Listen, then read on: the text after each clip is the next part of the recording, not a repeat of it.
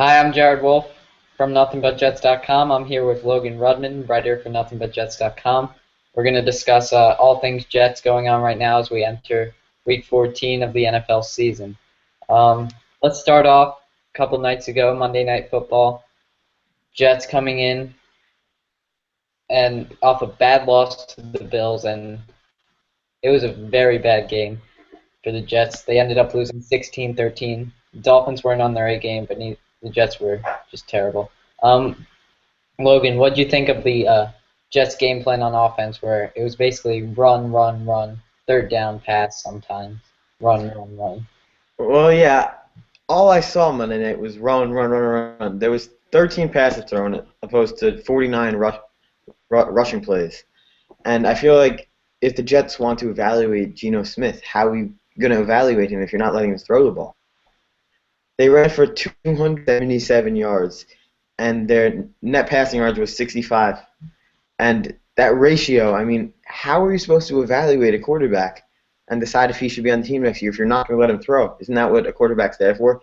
And leaving him in as a game manager just to make sure he doesn't give the ball away, which he eventually did in the end, I feel like you're not getting to see what you want to see out of him as Yeah, a quarterback.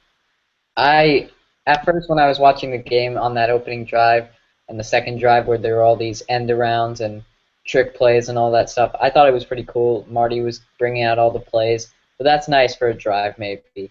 But at the end of the day, you got to throw the ball to win in the NFL. Now you can't just keep running it. And when they did throw it, Geno Smith didn't really have the greatest pass protection. They had Jeff Cumberland lined up against Cameron Wake on a couple occasions. It wasn't good overall. Um, so coming off that game, what was your biggest takeaway? I think, like I said, the biggest takeaway was that the Jets don't trust Geno Smith, and they don't trust. I think it's evidence that they don't trust either of their quarterbacks, any of their quarterbacks. You can even include Sims in that because I think that they would play him if they want to see if he could be a backup in the future for the team. Mhm. I feel like it's just a waste of 4 games if you're going to put Geno in there and you're just going to run it every time. You might as well have Vic in there because I think he gives you a better chance to win. Yeah, my biggest takeaway from Monday night was that it's the end of Rex. It just was awful. This whole season's been awful, and you just know it's after the game he was just seemed so upset at his post game press conference. The team didn't come out ready. They were making stupid plays all over the place. Just poorly reflects on the head coach. Um, okay, so coming off the Rex being done, going into the offseason, it looks like the Jets will be looking for a new coach. Who are some guys you would like to see the Jets go after? Well, I think everyone immediately thinks Jim Harbaugh, and I feel like he's one of the better coaches in the league. Hog or bust? I feel like he's one of the better coaches in the league. I feel like Idzik, if he's still here, I don't feel like he's the type of guy that will make that kind of move. I feel like Woody Johnson's gonna have to step in and try and get more involved in the search. Because I think the fact that Idzik didn't hire Rex gives Idzik a shot to try and hire his own coach and maybe stay for another year or two. And if they really fall apart again next year, then he'll be gone. But I think that it's very possible that they try and get Dan Quinn or the defensive coordinator for the Seahawks or the offensive coordinator, Darrell Bevel. I think that's his name. But I think the Harbaugh deal would be a great move for the Jets. I just don't know if they're the type of team to make that move. Yeah, I'm on the same train as you. I think Harbaugh would be such a good get for the Jets. Guys, 43-16-1 in the regular season as a head coach in the NFL. Players may not like him sometimes, but he knows how to discipline a team, get them ready for games. Um, Dan Quinn, another guy. I'm not really high on Bevel. I like Dan Quinn.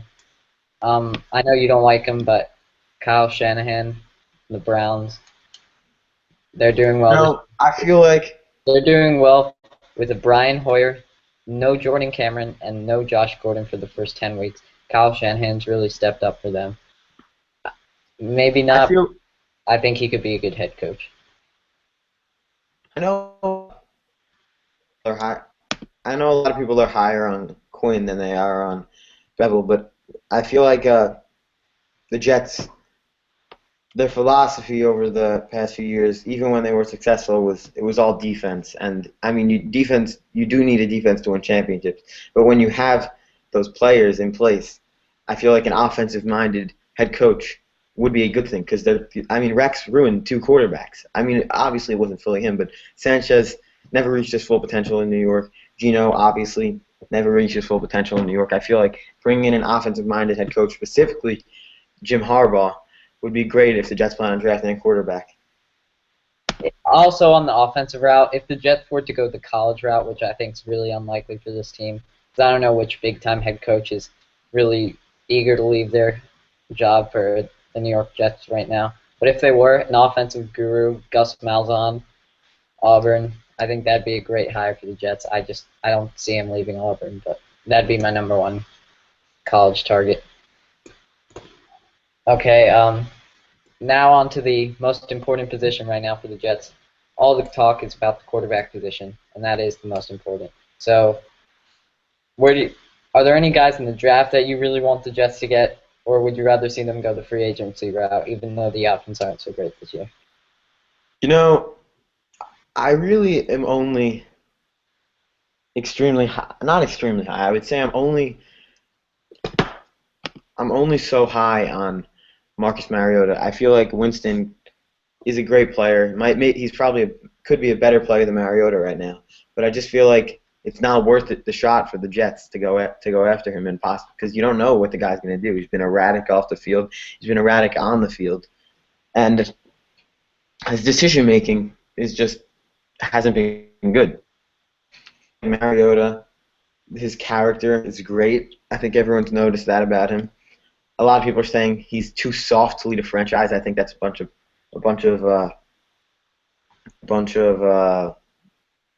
crap.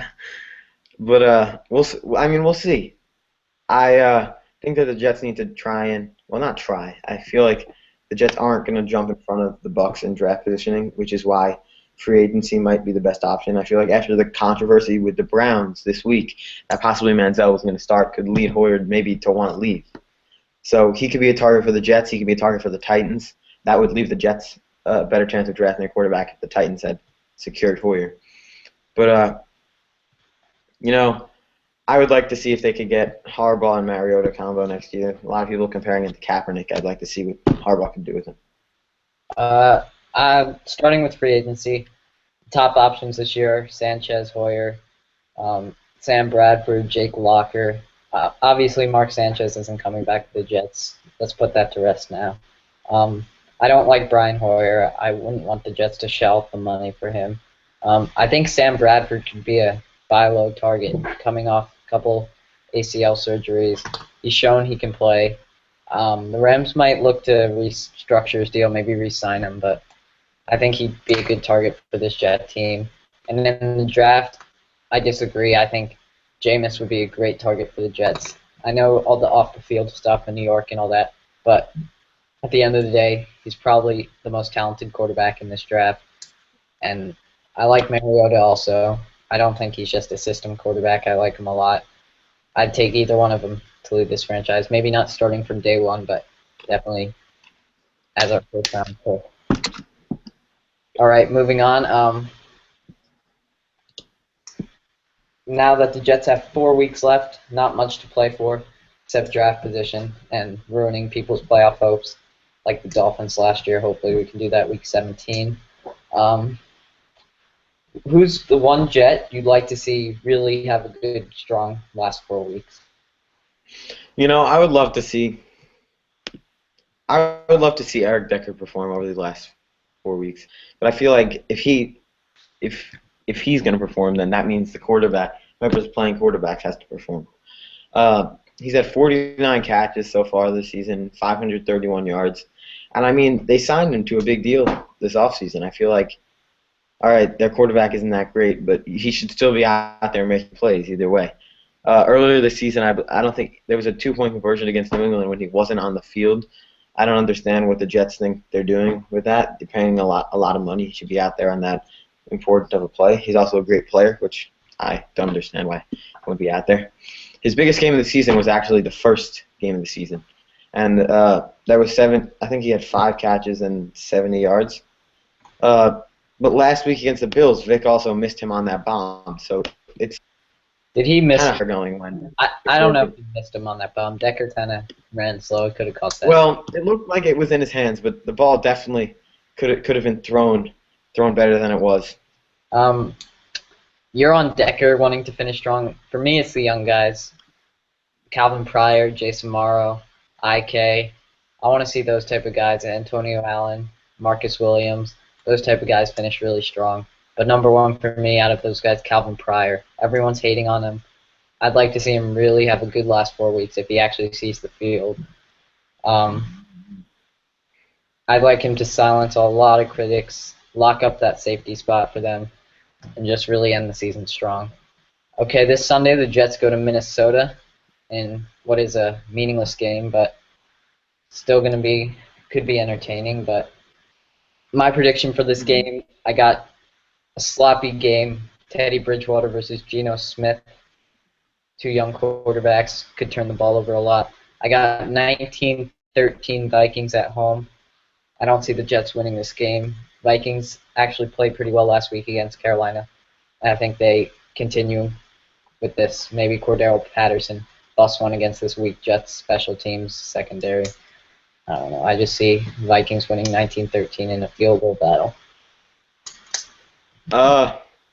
Well, last time the Jets played the Vikings in 2010, I know it's a very different situation when Sanchez was the quarterback, but they threw the ball 44 times.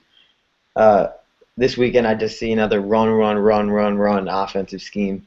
I hope they can get Geno Smith going in the pass to see some shots. I don't see why not. There's nothing to lose.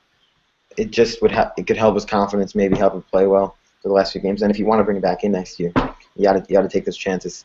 I'd like to see Harvin get involved in his return to Minnesota. Yep. As a Jet. I see very close game coming down to the wire, but I'm going to go with the Vikings. Low-scoring game. I'll go 17-14. All right. I'm Jared Wolf. That's Logan Rudman. Thanks for watching. Check out the site. Let's go Jets.